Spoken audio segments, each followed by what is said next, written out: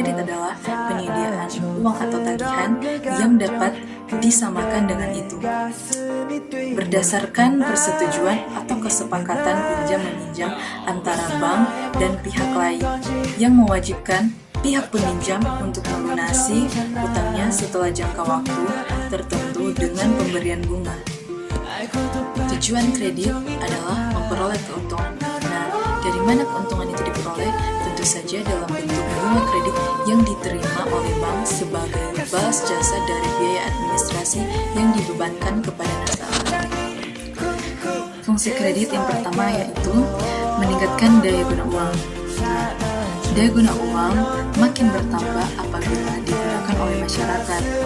Oleh karena itu, layanan bank tidak hanya menyediakan jasa simpan saja, tapi juga layanan bank menyiapkan pinjaman agar uang tetap produktif. Yang kedua, meningkatkan peredaran uang. Yang ketiga, memotivasi kemajuan usaha. Para pengusaha tidak perlu menunda pengembangan bisnis baru karena bisa meminjam sejumlah dana dahulu kepada bank, tapi sebelumnya itu harus memenuhi syarat. Yang keempat, meningkatkan stabilitas ekonomi. Kredit juga digunakan untuk penyaluran barang-barang ekspor hingga ke pasar luar negeri. Stabilitas ekonomi meningkat karena kegiatan ekspor ini.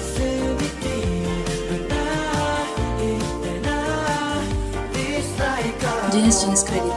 Jenis kredit yang pertama yaitu kredit investasi. Kredit investasi adalah kredit yang diberikan untuk membiayai kebutuhan barang modal dalam rangka rehabilitasi, modernisasi, perluasan, dan sebagainya. Sebagai contoh, saat ingin membeli bisnis baru atau merenovasi tempat usaha. Yang kedua, kredit modal kerja. Kredit modal kerja adalah pinjaman yang diberikan oleh bank kepada peminjam yang ingin meningkatkan kapasitas operasi produksinya.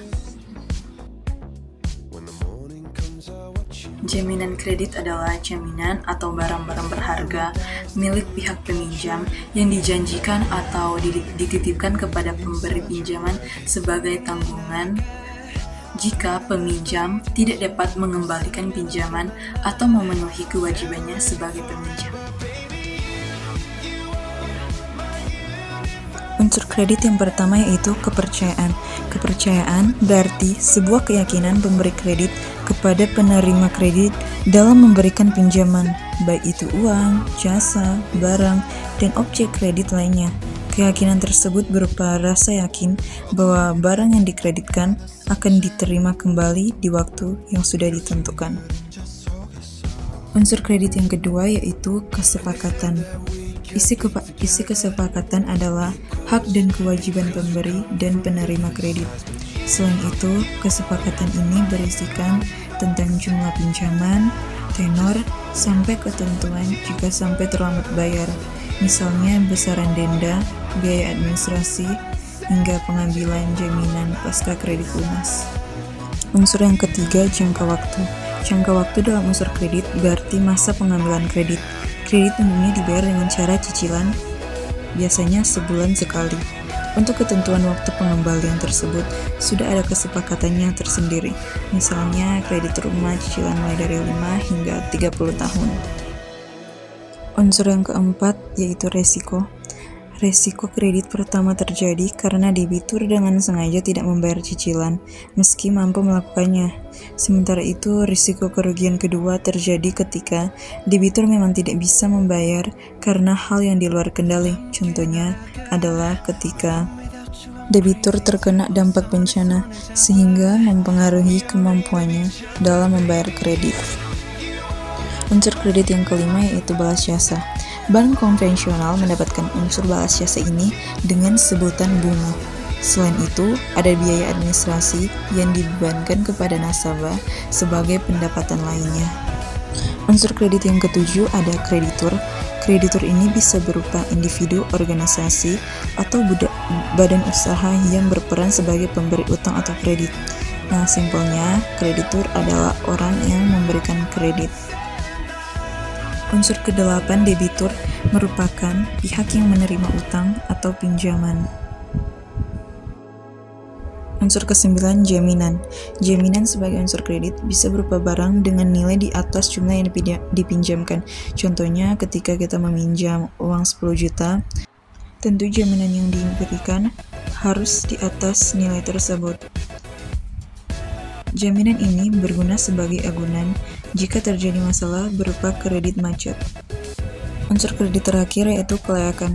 Unsur kredit ini di mana tujuannya sebagai pengukur kemampuan seseorang dalam membayar.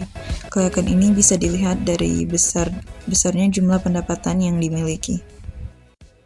Penilaian kredit adalah suatu kegiatan pemeriksaan, penelitian, dan analisa terhadap kelengkapan, keabsahan, dan kelayakan berkas atau surat atau data permohonan kredit calon debitur hingga dikeluarkannya suatu keputusan apakah kredit tersebut diterima atau ditolak. Lalu ada penyelesaian kredit macet. Yang pertama itu restructuring atau persyaratan kembali. Yang kedua ada rescheduling atau penjadwalan kembali. Yang ketiga reconditioning atau penataan kembali.